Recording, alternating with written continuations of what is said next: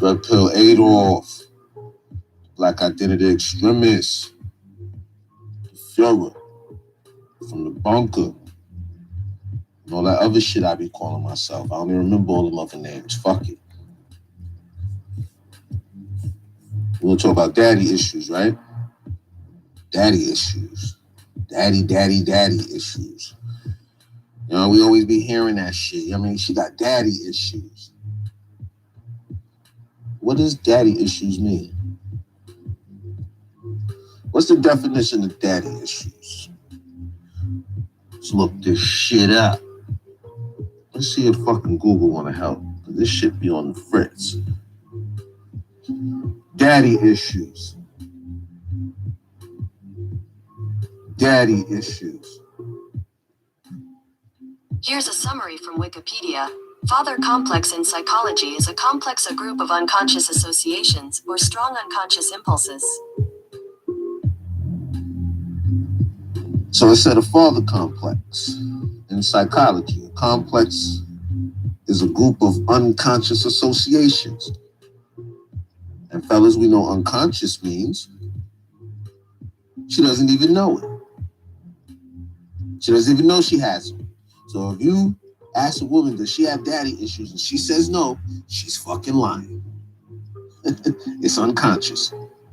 So it says unconscious associations or strong unconscious impulses.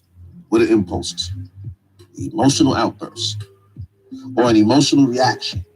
It specifically pertains to the image or archetype of the father. Was father in 2 syllables, fellas?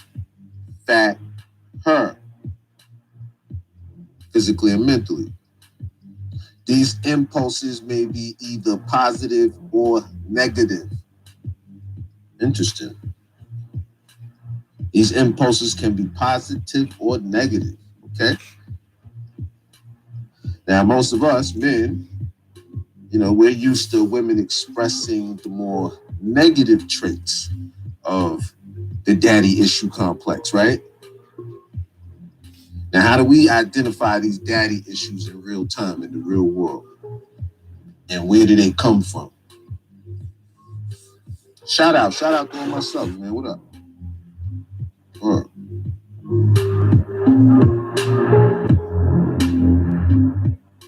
Yeah, all my real dudes, y'all be in the comment section. I mean, I know who y'all are. Christopher Clipper, the Great One, Jeff Massey, Takamusa Sue, New Jersey Giant, what up? Free speech for a black man. John Warren, always there. ADHD, what up, nigga? You can pay attention long enough. James Earl Mons, Leslie Porter, y'all know what it is, man. All right, so what was I saying, man? How do we identify daddy issues in the real world? We see the signs, right? You know, if her father's absent, non-existent, she'll have daddy issues. You know, she'll be like ratchet, have a ratchet attitude. Undisciplined, very promiscuous. Because she doesn't have that father figure to keep her chaste. You know what I mean? She's in search for that paternal validation, the same way a boy seeks the validation of his father. He waits for his father to pass the torch of manhood to him. You know, with the daughter, it's different, but the same. You know, when a girl laid up under her father, when she live around her father, get kisses and hugs from her father, talk to her father, she not going to be a hoe in the streets. That's the secret too, fellas, when it comes to your sons. If you don't want your son to get caught up in the Rainbow Coalition whirlwind, you got to be affectionate to your sons. You understand? When you affectionate to your sons, no other man can be. You understand me, fellas? Yeah. So, when a girl grows up around her father, she's influenced by his character, by being around him. If he's a strong dude, hardworking, a real stand-up man, honest, hardworking, nurturing to his family, she'll seek out usually a man with those type of traits. Or at least accept no less than the precedent that was set by her father. If her dad is a plumber or a cop or a businessman, she gonna seek out a responsible man as well. But at the same time, she grew up with no dad, or her mother doesn't date or remarry well, fuck around with a dope boy or a hustler, Pookie or Ray Ray. I don't even want shit on Pookie or Ray Rays because I'm a sophisticated Pookie, so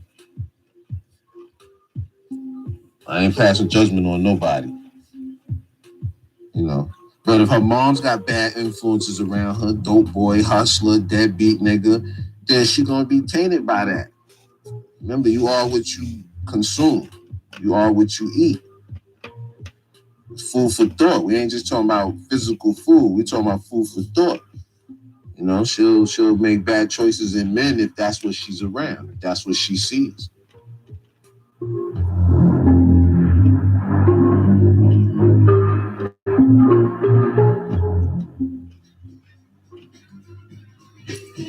Now, if the father's present, but he's abusive, verbally, physically, sexually, then his presence will be a net negative.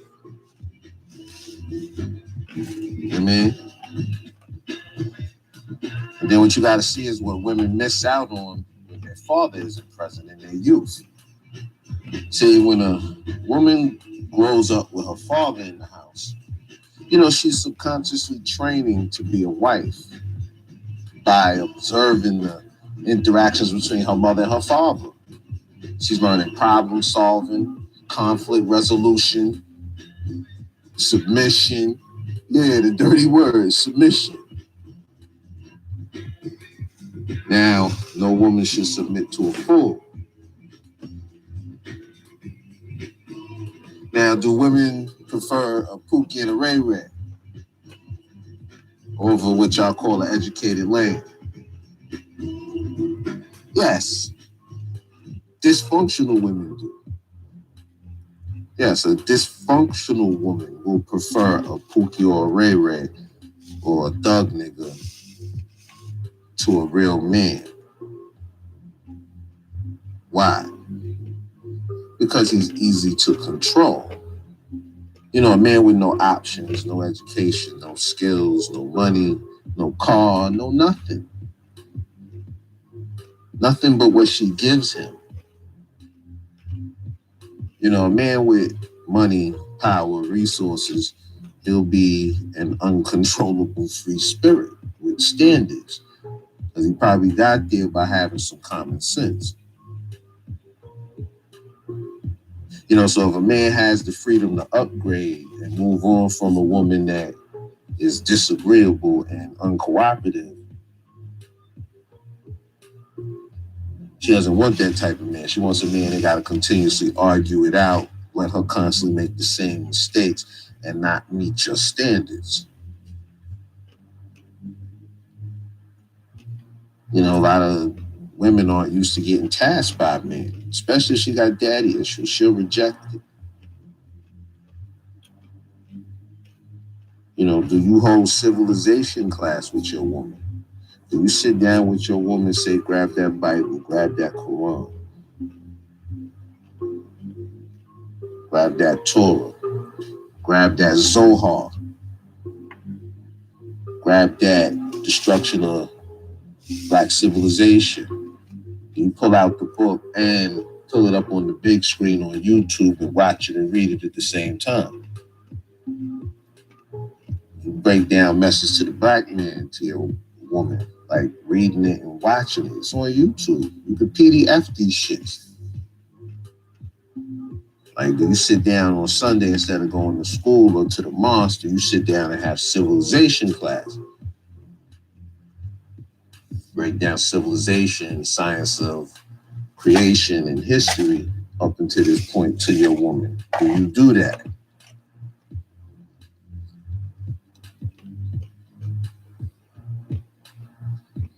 Let's take a break. I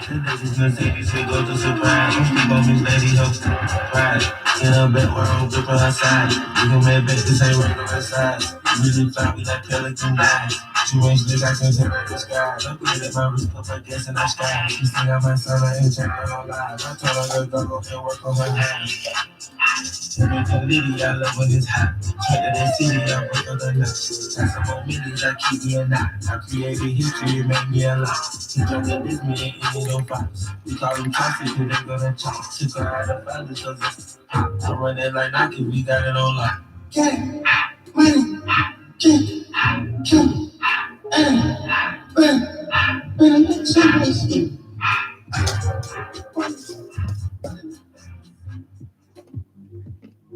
Oh, what up, Eva? What up, Black? I'm glad you're here. So I'm working on this episode called Daddy Issues. You want to sit here with me while I work on it? Yep. All right, but let me just play this song real quick. I'm not sending no subliminal messages or anything.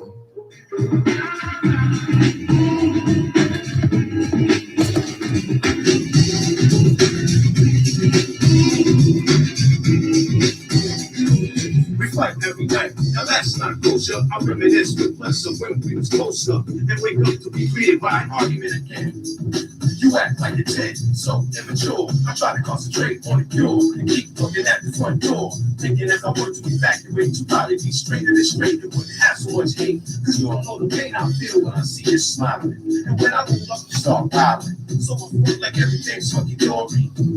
But it's a whole different story. You don't like the fact that I'm mean. I don't put on the show when it comes time for you to have company. And your friends don't understand your choice of man. They speak pop about the teachers from the garbage can. But regardless, you shouldn't have to be so raw. I'm looking at the front door. I'm looking at the front door. Baby, I'm looking at the front door. I'm looking at the front door. Don't be coming up in here with your daddy issues, woman. Okay, where was I? Seeking paternal validation, not receiving it, while trying to compensate through a plethora of dysfunctional relationships with no good men, unable to power bond.